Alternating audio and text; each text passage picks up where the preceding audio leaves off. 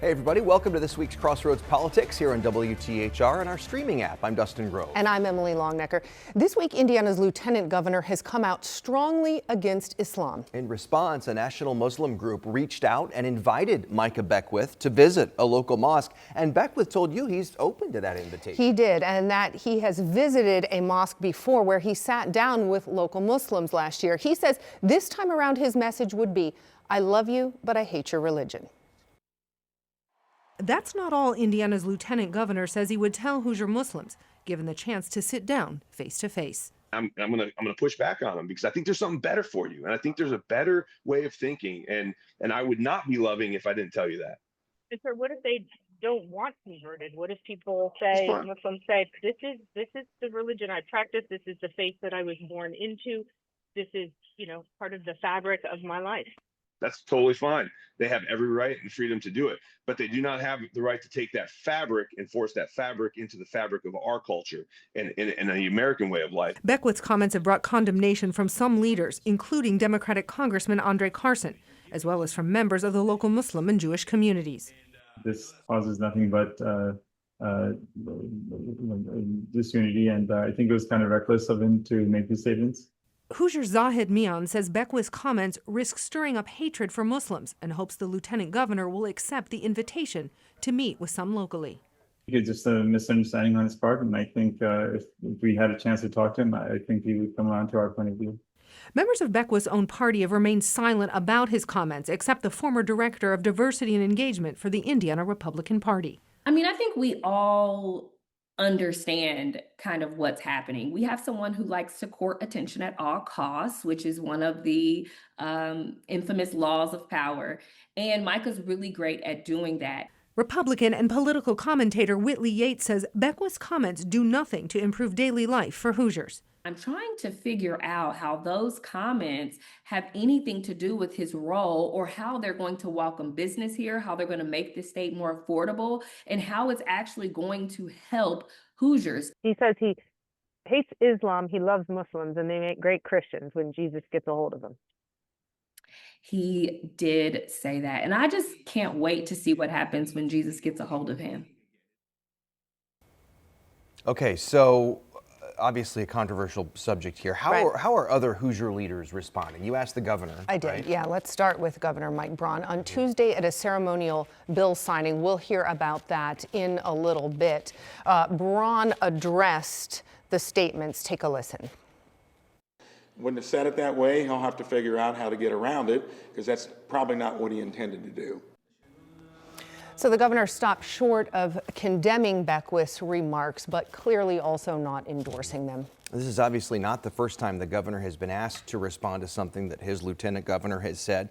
What about other Republicans? So State Senator Spencer Deary also came out. We know that he opposed redistricting, and there's a recount going on right now for that race, that primary race. He put out a statement pushing back on Beckwith's comments, saying in part, being able to distinguish the KKK from Christians or the Taliban from Muslims is part of being a thinking adult. Blurring those lines is a danger to people of all faiths.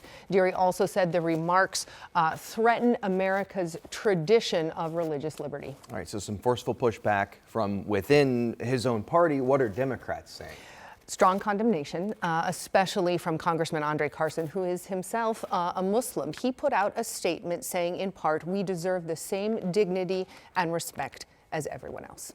And while Beckwith's remarks drew criticism from both Muslims and Jewish organizations, another group representing some Indianapolis Christian ministers is also speaking out against Beckwith's commentary on Islam. They came out with this statement just a couple days after what he said. They did. The Interdenominational Ministerial Alliance of Greater Indianapolis issued a statement which said, in part, the office of Lieutenant Governor of Indiana is a position of public trust, and it is an abomination when a public official exercises such a Neanderthal mentality to attack Islam, the world's second largest religion with over 2 billion adherents throughout the world. The statement went on to say, America is presently at the crossroads in terms of democracy, constitutional freedoms, and liberty. Lieutenant Governor Micah Beckwith obviously fell into the sewer line at the crossroads. And this isn't just a small issue. After various Christian denominations, Muslims are the second biggest religion in Indiana, They are. right? So the Association of Religious Data Archives estimates roughly 41,000 Hoosiers practice Islam. Right here in the state.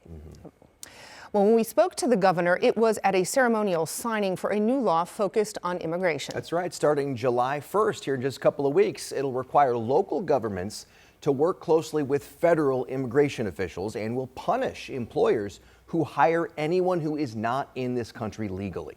Once the law goes into effect, Indiana's Attorney General will have the power to enforce what's in it with fines and lawsuits. Attorney General Todd Rokita explained what businesses can expect once the law goes into effect next month. You're going to have guidance that we're going to issue to our businesses of how to comply with the law. You're going to see me start to act on lists that ICE has been collecting over the last few years. Lists of businesses who they suspect are regularly employing illegal aliens. Employers could face fines and possible shutdown for non-compliance. Critics of this new law argue it goes too far. They say it turns state agencies into immigration enforcers, basically, and that complying with it would lead to racial profiling.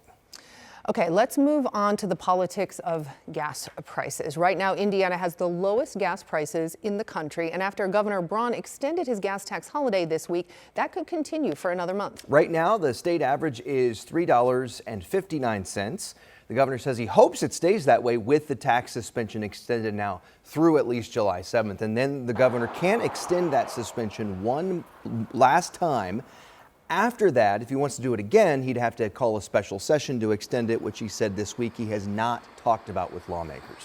The gas tax generates around $50 million a month. Combined with the excise tax, together they generate about $90 million. The gas tax funds road projects for INDOT. The governor said INDOT will need to tap into its reserves. He does not plan to pause or cancel any projects. He said the remainder of the state's funding will be discussed down the line as it relates to transportation projects. Long-term road funding is an issue the legislature is going to have to take up, and all Hoosiers are going to have that discussion. The governor first suspended the gas sales tax back in April. Then last month he added the excise tax to be suspended. Using the numbers the governor gave this week, when you tally it all up, that means the State Transportation Department, INDOT, will have lost about $230 million by the time this latest extension ends. Yeah, the governor said the state is in good financial standing to be able to help with that. He also said he will reevaluate another gas tax extension next month. The governor has called affordability a major concern and a priority for his administration. But providers say his efforts to help with child care are falling short. The experts are in the building, not in the state capitol. Still ahead, the changes coming to the system and why they have the people working with kids worried. What's your reaction to seeing that documentary? It is devastating. I mean, I would tell you that. But we learned a lot from it, and we're getting better based off that documentary that you did. The man in charge of Indiana's prisons responds after deadly fires. The changes he's making after a 13 Investigates documentary. It's next here on Crossroads Politics.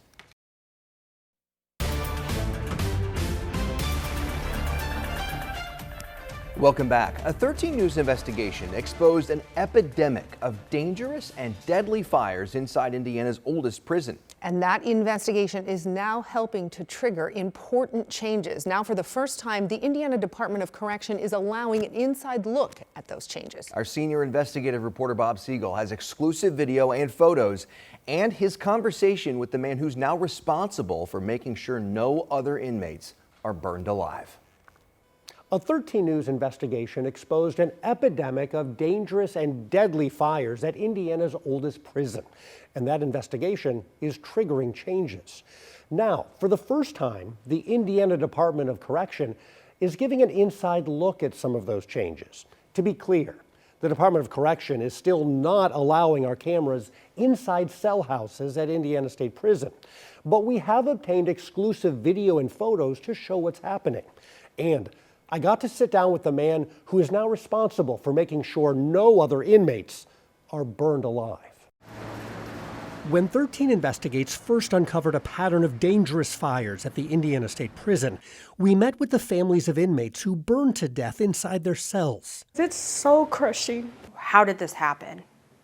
Again. We met with the local fire marshal. Did you get a call about that fire? No, we did not. And we met with inmates who personally witnessed the devastating fires that killed Michael Smith and Josh Devine. You still hear the screaming. Sound like a toddler screaming for his mother. I mean, a person is getting roasted to death. But for more than a year, we've also been trying to meet face-to-face with someone else. 13 Investigates has been asking to interview leaders at the Indiana Department of Correction to find out what they've been doing about the deadly fires. Because of pending lawsuits, all of our interview requests have been denied. That is, until now. My name is Lloyd Arnold, and I'm the commissioner of the Indiana Department of Correction. The commissioner is in charge of all Indiana prisons, including the 165-year-old facility in Michigan City, where deadly fires became the focus of our 13 Investigates documentary, Burned Alive. What's your reaction to seeing that documentary? It is devastating. I mean, I would tell you that. But we learned a lot from it, and we're getting better based off that documentary that you did. Right after the commissioner watched our investigation, the serious problem highlighted by 13 News turned into a crisis. Michigan City Fire for a burn victim, ISP 1 Park Row, Party 1 for a burn victim. Just 1 week after 13 News released our investigation, another inmate nearly burned to death at the same prison. And then, 3 weeks after that, we do have a patient here that has third-degree burns, probably over 80% of his body. It happened again. Adam Schaefer and Cameron Cipher were both rushed to a hospital burn unit in critical condition. Both needed multiple amputations. Both have undergone constant surgeries, and both now face years of recovery from 3rd and 4th degree burns suffered inside their prison cells. You got to attend to it and fix it. The governor called on the commissioner to act. Lloyd Arnold, who runs the Department of Corrections, it'll be his job to get to the bottom of it. After Adam Schaefer's fire, you went personally to the prison. Absolutely. What did you see? Did anything surprise you? I think that the ease or how easy it is to actually start a fire with an electrical outlet. That was very surprising. You saw an inmate spark an outlet and light a fire from the outlet. Yes. He recorded it on his cell phone. He's sticking a Pepsi can or a Sprite can into the outlet on one side, then arcing it on the other side and lighting his torch. What the commissioner showed us is not new. Inmates told us all about it last year and said prison officials have known about it for decades, that inmates spark their outlets so they can light cigarettes or drugs that have been smuggled into the prison, or simply to set something on fire as a form of protest. And inmates say this type of tampering has left many outlets throughout the prison unsafe. Is it a true statement to say that these inmates have access to the materials and the tools that they need to light fires inside their cells? That is a 100% accurate statement. That's why we did some of the countermeasures we had to try to eliminate fires, especially in our restricted housing unit. Those countermeasures include turning off all electricity and lights in cells in D Cell House, where most fires at the prison take place. It's a drastic change, but following more devastating fires, the commissioner says it's necessary. The loss of human life is too catastrophic for my watch to have that happen again. And he says it's already making a difference. Have the number of fires dropped over the last several weeks? Yes. Yes, and we have had some. Can somebody still start a fire with a razor blade or a battery or something else that they've learned over time how to start fires? Yes. We believe this is a good countermeasure to take place. The commissioner is also making other changes in response to our investigation and the recent fires. The prison purchased more fire extinguishers and fire safety equipment to install throughout cell houses. These metal caps are sealing off air vents in cells to reduce airflow and prevent little fires from growing into big ones. And because guards in the officer station down there in the corner have a very limited view of the cell house, the prison will now assign a corrections officer or inmate to a special round-the-clock fire watch, constantly monitoring for fire out on the range, where they have a much better view of what's happening. That's important because during previous fires, guards were not out patrolling the cell house, and they testified they did not see fire or smoke or hear screams for help, even after the fires had grown out of control, resulting in costly delays in response time. So now those ranges are visible at all times. Used to be, and you showed in Burning Alive, that the officer station was at the end of the cell house. Now we actually have posts that are actually in the open area so they can actually see throughout the cell. So you actually have full visibility of the entire range. And perhaps the most significant change coming to the prison is what you're about to see here. The Department of Correction invited 13 investigators to observe live fire testing on mattresses. That is the mattress currently assigned to all inmates at Indiana State Prison. And it's being tested inside a metal shipping container that's been set up to recreate an actual prison cell, including the same bed frame, cell door, sheets, and clothing used in Michigan City. Firefighters set the bedding on fire. And then prison officials carefully document what happens next. Within 4 minutes, heavy smoke is pouring out of the cell. And just a minute later, smoke from the burning mattress is so thick, we need to rely on video from a thermal camera to see just how big the fire has grown. Inside the cell, temperatures are skyrocketing. 345 degrees. The entire bed and everything on it are engulfed in flames. Firefighters put out the blaze after 13 minutes to discover the mattress on this bed is gone, fully destroyed by the fire. The flammability of this prison mattress could help explain why recent fires, the kind that killed 2 inmates and severely burned others, so quickly spread out of control. Not all mattresses burn like that. Something the department can now see clearly after testing a mattress sample made of fire-resistant foam. That sample did not ignite even when it was hit directly with a blowtorch. And watch what happens when DOC tried to set the whole mattress on fire under identical conditions to its first test. From the outside, we noticed a lot less smoke. At the height of this fire, the cell temperature rose to only 118 degrees, not 350. And after firefighters put out the flames, we noticed this fire-resistant mattress prevented the fire from even spreading to the bottom of the bed. This one is almost completely intact after 13 minutes of flames. Compare that back to the first mattress, the one that is assigned to most inmates right now at Indiana State Prison. That's a big difference. The department is now ordering more than 3,000 of these mattresses for Indiana State Prison, with thousands more to follow for every other prison in the state. They cost a lot more than the current mattress, but the commissioner says, based on these test results, it's worth it. We found a mattress that actually will not burn, so that's going to be very big for us. We'll start out in D cell house, then the entire state prison, and then our entire population. He says all cells will also get new fire-resistant paint, and he's also making sure staff get better training in how to use fire extinguishers and respond to emergencies to help avoid the same type of mistakes and delays that happened in earlier fires. Every week, there's somebody from my executive team that has been at the state prison to ensure that all the training that we have in place, that they're doing it, to make sure that we just don't lose sight and relax on what's going on. And eventually, it'll just become second nature to us, where we won't make those mistakes. With so many fire safety changes now taking place at Indiana State Prison, we couldn't help but wonder. Any of the changes that you're talking about could have taken place in 2017 after Josh Devine died.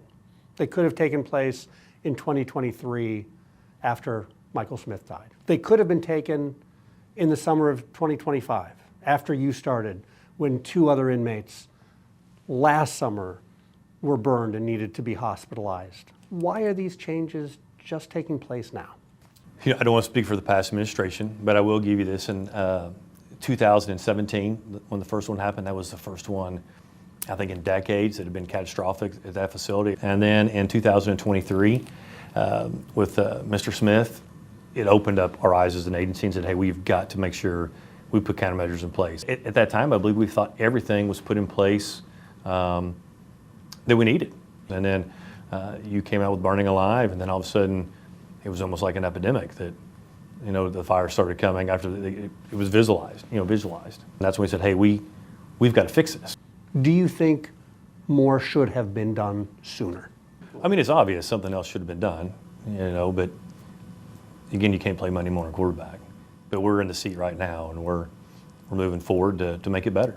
And to be clear, the commissioner does plan to move forward with this 165-year-old state prison, despite growing calls from some state lawmakers to close it. That was supposed to happen next year, when the Department of Correction opens a brand new 4,000-bed, $1.2 billion state prison that's now being built just a short distance away.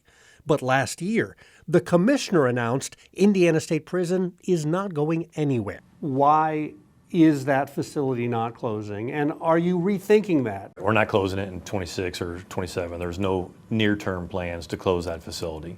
But we can't afford to close down that facility. Our population is growing at a rapid pace. We need that bed space at that facility. It is a very viable facility. There are some things we could do to improve. Obviously, we know that we're doing improvements now, and we need to continue to keep that facility open. Are you committed to making the fire safety improvements needed to not only keep that prison open, but to keep it safe? Absolutely. We are 100% committed to keeping that prison safe and working while it remains open. And Bob now joins us here in studio. Bob, thank you so much. You said the state has spent almost $1 million on this issue. Where did that money come from? Well, the Department of Correction considers this to be an emergency expenditure, so it got approval for $500,000 for mattresses at least from the Department of Administration. Now, to replace all mattresses across the state, that would cost roughly another $4 million. That funding would probably need to come from the state budget agency. However, keep in mind, the state's already paid about $4 million to the family of a man who burned to death in his prison cell, and it's now facing other lawsuits. So spending money on improved safety could actually end up saving the state in the long run. What about other prisons? That money's for the Indiana State Prison in Michigan City. Are there concerns about fires in other state prison facilities? Well, the commissioner told me fire is always a concern, but no, it actually, this issue seems to be particular to the prison in Michigan City. And the commissioner is trying to figure out why that's the case. That's why he sent a team there to investigate the prison. It's 165 years old, that prison in Michigan City. The cell houses were built all the way back starting in 1905. So it does not have the same type of safety features and more modern features that a modern prison would have. And it means staff has to be a lot more diligent in patrolling, and they're going to need more training. That's what the Department of Correction is focusing on right now. So, Bob, I know you've been speaking with the families of these prisoners, some who were killed, some who were hurt. Have they spoken with you about their thoughts on some of these changes that are happening now? Last night, I actually spoke to the sister of Josh Devine, who died in his cell back in 2017. She overall is happy to learn about the changes that are taking place right now, but she also told me, in her words, she's still saddened about the losses and the devastation that it took for this to happen.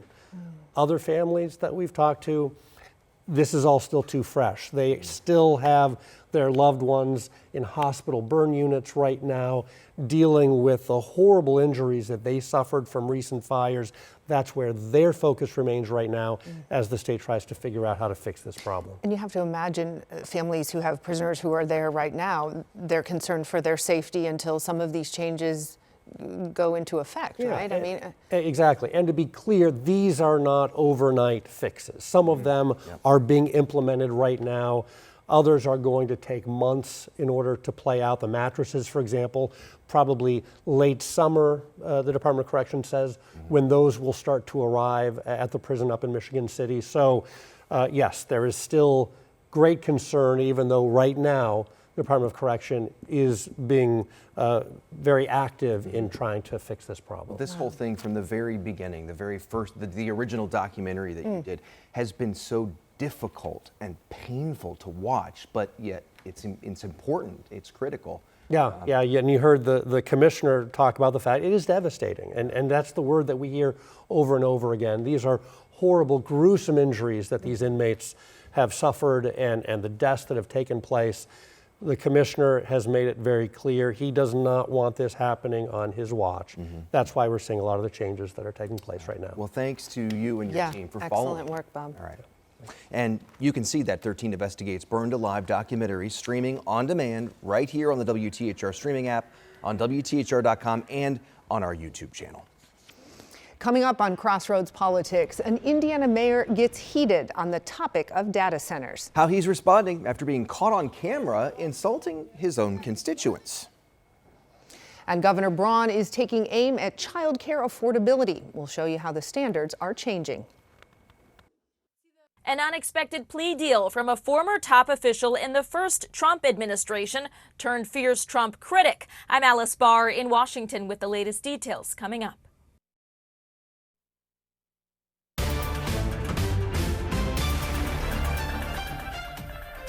Welcome back. A member of President Trump's cabinet in his first term is pleading guilty to retaining national security information, according to two sources. John Bolton was fired and criticized President Trump frequently. Alice Barr reports this happens as the president moves to name a new attorney general.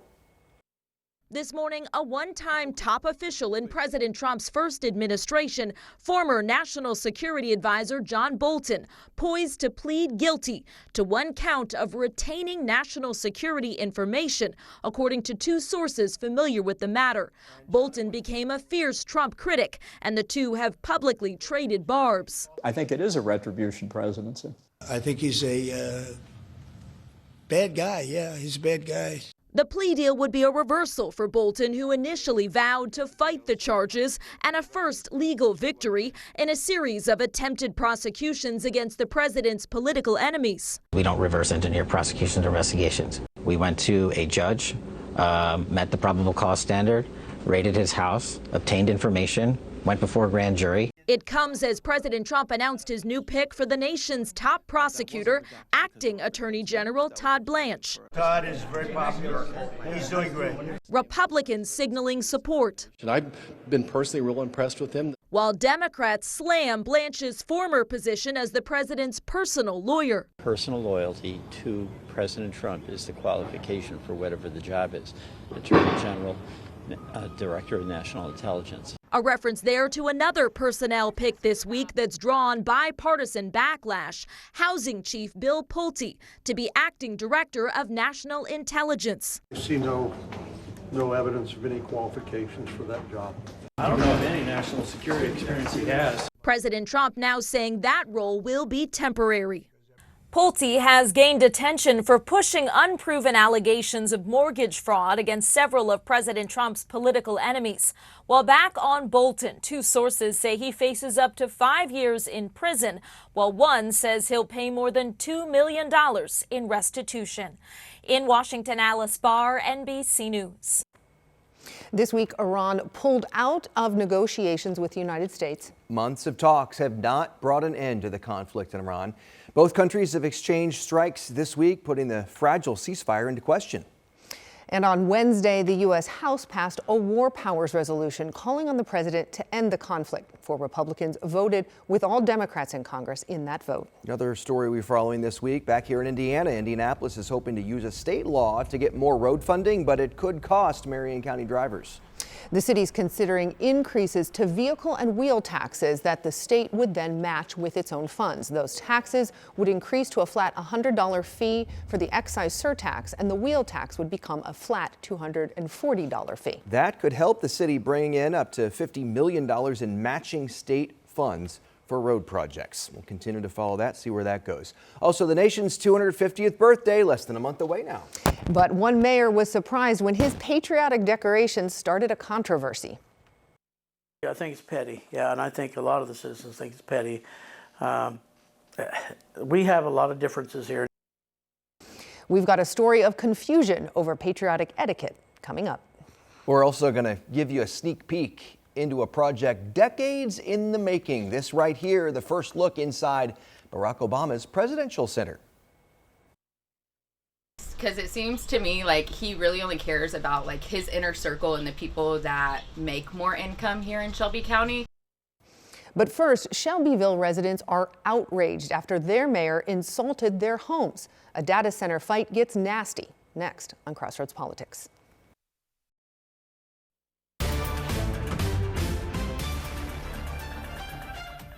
It seems to me like he really only cares about like his inner circle and the people that make more income here in Shelby County. Some people in Shelbyville who had these signs right here in front of their homes responding to comments from the mayor caught on camera. Yeah, the mayor made disparaging remarks about the homes that display these signs. Rich Nye has those remarks from the mayor and the reaction from his own constituents. Take a look. These signs can be found all over Shelbyville. The people that live in these homes say the negatives far outweigh the positives in the planned data center. The 429-acre site is already annexed and zoned for industrial use. Residents are now fighting a legal battle to try to stop the Prologis data center, which Mayor Scott Ferguson has pushed forward. The mayor was caught on camera calling the places with opposition signs crappy houses, but that's not the word he used. I've seen a lot of these all over town. Yes, more than 30, but they're important. But I only see them in houses with a Working lot of them with. You see them in working class houses, and we're all working class. Most of them are rentals. So. Mayor Ferguson said most of the houses are rentals and unkept properties. It's kind of disrespectful, kind of hurtful. We're renters, we don't own our house, but we do what we can to make sure that it's upkept. We live in a pretty decent neighborhood. It's not an eyesore, and so I take pride in where I live. There are multi-million-dollar homes with these signs in front, and oh my goodness, they're expensive homes. There's a lot of them. Even if you're living in the worst condition you can imagine, if you live in the city, you should have a say, you should be heard. Your voice should count just as much as the millionaire's voice. Mayor Ferguson declined to comment on camera about those comments that were caught on camera, but he did provide a statement. The mayor regrets that his choice of words may have caused offense. His comments were intended to reference property maintenance and not the character, value, or importance of any resident, homeowner, or renter in our community. In Shelbyville, Rich Nye, 13 News. And we know Shelbyville is far from the only community where people have been pushing back against data centers. Yeah, we've seen everywhere where there is a proposed data center, there have been protests, and new polling suggests things aren't getting any easier for data center developers. Take a look here. A new Gallup poll just out found Americans oppose data centers being built in their area by almost 3-1. 71% said they were somewhat or very opposed. Almost half, 48%, were in that strongly opposed category. Now compare that to just 7% who told Gallup they strongly supported a new data center being built in their area. Here in Indianapolis, we know there's ongoing pushback against a data center plan for the Martindale-Brightwood neighborhood. We've been covering that. The city county councilor for that area says things have actually gotten violent. His home was shot at and a no data center sign left behind. Yeah, and supporters of data centers say they are a key part of embracing new AI technology and bring economic development and tax benefits. But at least in Indiana, some of those benefits are limited. Just last week, we showed you in a 13 Investigate story, they had a look at how much tax money was going to the data center developers through the Indiana Economic Development Corporation. Since then, we've learned the number over the last 2 years is well over $600 million. The majority of that going to support a massive Amazon data center coming to New Carlisle. You can look at the exact numbers for that project and the others on our website at WTHR.com/13investigates. New Carlisle, a small community up in northern Indiana. Indiana Governor Mike Braun wants to make Indiana more affordable for families, and he's looking to make changes to child care. On Thursday, he announced several of his reforms. Ella Rhodes shares the details of his plans and what providers think. Sheldon Floyd knows how to run an early childhood education center. He also knows it's not easy for parents to afford.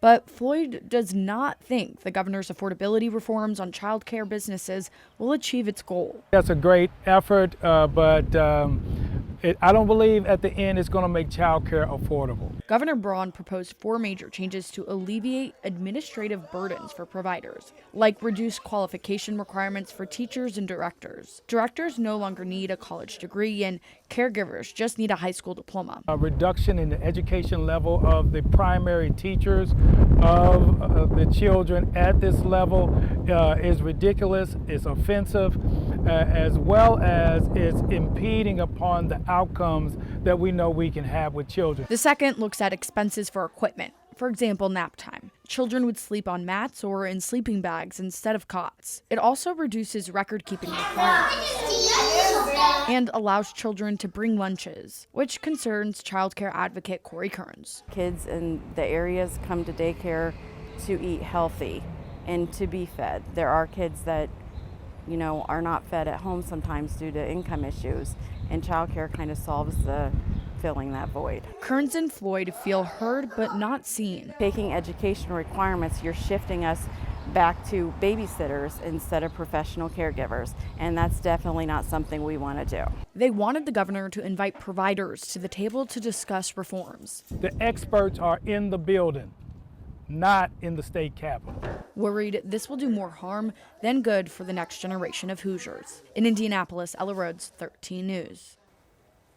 And the state wants to hear what you think of these reforms. You can submit public comments on the reforms until July 9th.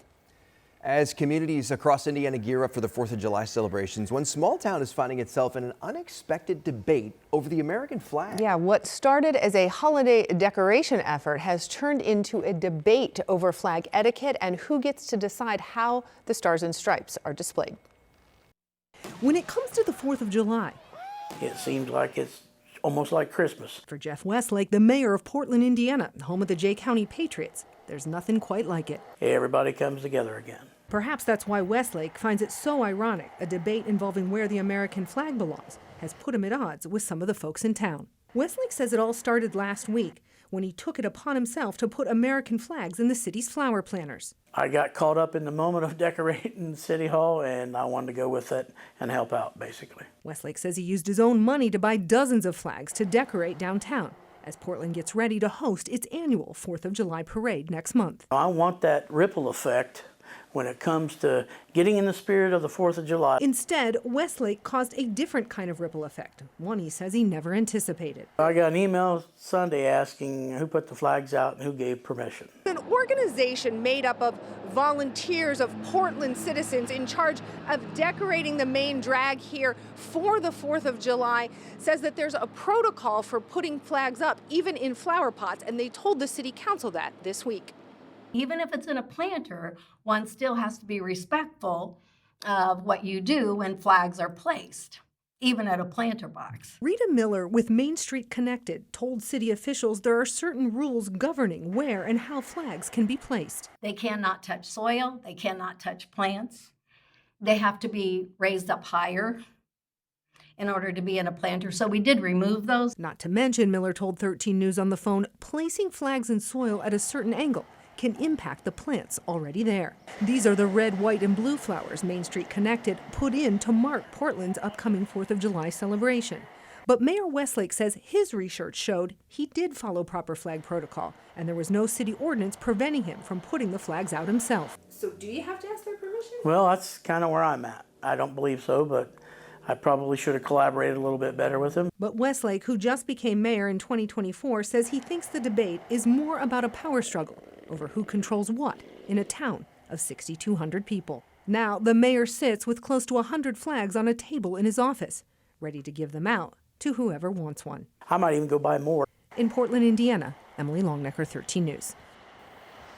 Main Street Connected says the organization was only concerned about being respectful of the flag and asked for them to be removed so they could be reinstalled correctly, and they were hoping that the mayor would, give those flags over to them so that they could install them correctly. The mayor has decided, nope, I'm keeping the flags that I bought and I'll pass them out like I see fit. I've never heard of those rules before. That's interesting. Okay.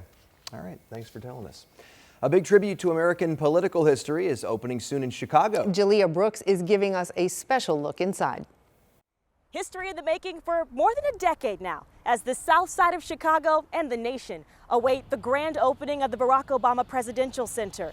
I'm sharing a glimpse of all there is to see and do after getting a special sneak peek.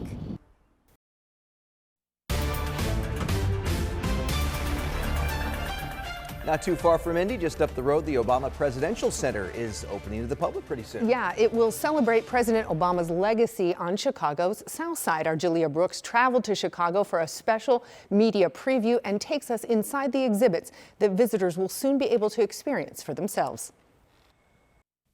It's become a focal point of this South Side Chicago neighborhood. The museum, at Barack Obama's Presidential Center, highlighting the successes and challenges from the campaign trail to the Obama administration, though it doesn't start or end there. So you start on the second floor where the presentation about the most important events that have happened in the history of our country get presented. Guests work their way up 8 floors that spotlight pivotal points of American history, at times poetic and even scenic. Our sky room, you can look out and see vistas of Chicago that were never visible before because there was never anything built here before. And you see through the letters on the screen text onto the west and south side of Chicago, and the magnificence of Jackson Park. You know, it could take hours to try and take in all of these relics, the artwork, and all of the exhibits here in the museum. But one thing that's really cool and really shows us where we are in the digital age is that this is the first presidential archives that is fully digital. So even if you don't step foot inside of the museum, a lot of these records are available for you online. But pen and paper do have a special place here. The museum exhibit that I think speaks to President Obama's time in office deeply is a very simple exhibit called 10 Letters a Day. And so imagine you write a letter to the president, you don't really expect to get an answer, but 10 people every day got a handwritten note back, and they were deeply and profoundly thoughtful and personal. From family photos to First Lady fashion to a replica of an office we all recognize. Not just fun photo ops, but reflection of living history. So there have been small groups trickling in, and even some of the programs that the center offers here have started already. And that's something that leaders say President Barack Obama really wanted to begin even before the full campus was finished. The official grand opening is Friday, June 19th. In Chicago, Jalea Brooks, 13 News. And Jalea joins us now. Jalea, what was it like to get inside and get that sneak peek of President Obama's presidential center? I would say in some ways overwhelming because you're there for work. Obviously, you want to make sure you're getting the best thing to bring back for viewers. But that was just the museum. So this is a campus that is more than 19 acres. So really, a lot of it operates as more of a community center and a space for the surrounding neighborhood to be a part of. So yeah, it was a lot to take in, but it was just really cool being there amongst a lot of the people that were there and getting to kind of get a different perspective there. I think when you hear, that it's a presidential museum, you think traditional museum. Not that it's so many acres, 8 floors. There's so much there. What stood out to you, if you had to pick a few? Yeah, a few things. So one of the things I mentioned there is that this is the first presidential archives that is fully digital. And with this being the age that we're in, I don't think that don't fact check me on this, or actually do fact check me. I was looking like, what does that all include? And there are tweets, that are a part of the digital archive. So many of the pictures and things like that, just because of the way the campaign was run. And so I do think it's cool that you can, even without being able to touch a lot of the things that are inside of the museum, you can see a lot of that stuff online. Yeah. Wow. What was your favorite part? That's tough. I think it would probably be because this was the first election really that I was a part of the democratic process. The re-election would have been the first time that I voted. So I looked at this through a different lens of seeing things. So nostalgia is a big part of it. And then being inside of the Oval Office, the replica there too. I don't know if any of you guys watched Scandal. But it was donated by Shonda Rhimes. So it's like the one, so I thought that was a cool, from the show. It was a cool pop culture moment to see that too. But there's just so much to take in, and even there's an NBA size basketball court too that is a part of the campus as well. So it really does embody, I think, the Obama image that a lot of us know, but it's just really cool to learn a lot of those interesting factoids too. Wonderful. Jalea, thanks so much. That was great. We appreciate it. And not that far from us. No, not far at all. 2.5 hour drive. Right. Yeah. Okay, great. Thank you. And that does it for this week's episode of Crossroads Politics. I'm Emily Longnecker. And I'm Dustin Grove. For all of us here at 13 News, thanks so much for watching. We hope to see you next time.